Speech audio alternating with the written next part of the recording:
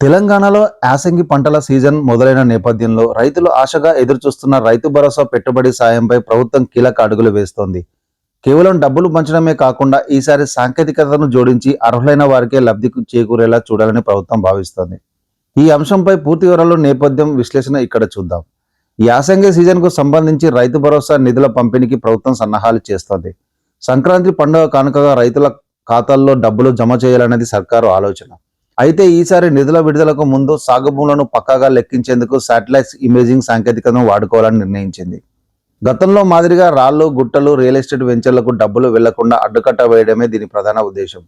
రాష్ట్రంలో అన్నదాతలకు పెట్టుబడి సాయం కింద ఏటా ఎకరానికి 12,000 చొప్పున అందించడానికి బడ్జెట్లో 18,000 కోట్లు కేటాయించారు.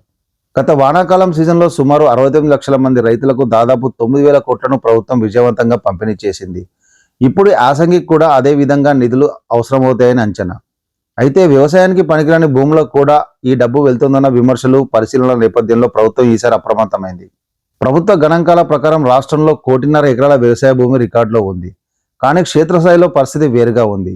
రికార్డులో సాగు భూమిగా ఉన్నప్పటికీ కొన్ని చోట్ల రాళ్ళు, రప్పలు, కొండలు ఉన్నాయి.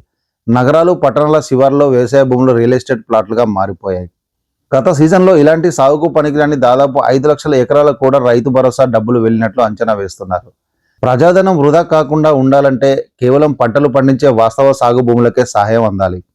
అందుకే జయశంకర్ వ్యవసాయ విశ్వవిద్యాలయం సహకారంతో ఉపగ్రహ చిత్రాల ద్వారా సర్వే చేసి అనర్హులైన భూములను జాబితా నుంచి తొలగించాలని కోరుకుంటున్నారు.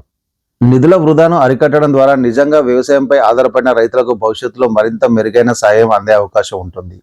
వ్యవసాయం చేయకుండా కేవలం భూమిని ప్లాట్లుగా మార్చి ఉంచుకున్న వారికి ఇకపై ఈ పథకం వర్తించకపోవచ్చు. జనవరి 2వ వారం నాటికి ఈ సర్వే ప్రక్రియ పూర్తి చేసి సంక్రాంతి సమయానికి డబ్బులు వేయాలని ప్రభుత్వం చూస్తోంది. దీనివల్ల రైతులకు పండగ సమయంలో చేతిలోకి డబ్బులు అందుతుంది. ప్రభుత్వం తీసుకున్న ఈ నిర్ణయం ఆర్థిక క్రమశిక్షణ దిశగా వెళ్తున్న అడుగుగా చూడవచ్చు. ఒక పక్క సంక్షేమ పథకాలు అమలు చేస్తూనే మరోపక్క ఈ నిధులు పక్కదారి పట్టకుండా చూడడం పాలనాపరంగా కీలకమైన విషయం.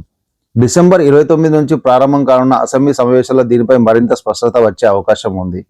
వ్యవసాయ విస్తరణాధికారులు ఇప్పటికే క్షేత్రస్థాయిలో వివరాలు నమోదు చేస్తున్నప్పటికీ దానికి శాటిలైట్ టెక్నాలజీ జోడించడం వల్ల డేటా మరింత ఖచ్చితంగా ఉంటుంది. ఇది భవిష్యత్తులో ఇతర వ్యవసాయ పథకాల అమల్లో కూడా ఒక ప్రణాళికగా డేటాబేస్గా ఉపయోగపడుతుంది. క్లుప్తంగా చెప్పాలంటే రాబోయే సంక్రాంతికి రైతుల ఖాతాలో డబ్బులు పడడం ఖాయం. కానీ అది కేవలం సాగులో ఉన్న భూమికి మాత్రమే పరిమితం అయ్యేలా ప్రభుత్వం చర్యలు తీసుకుంటుంది.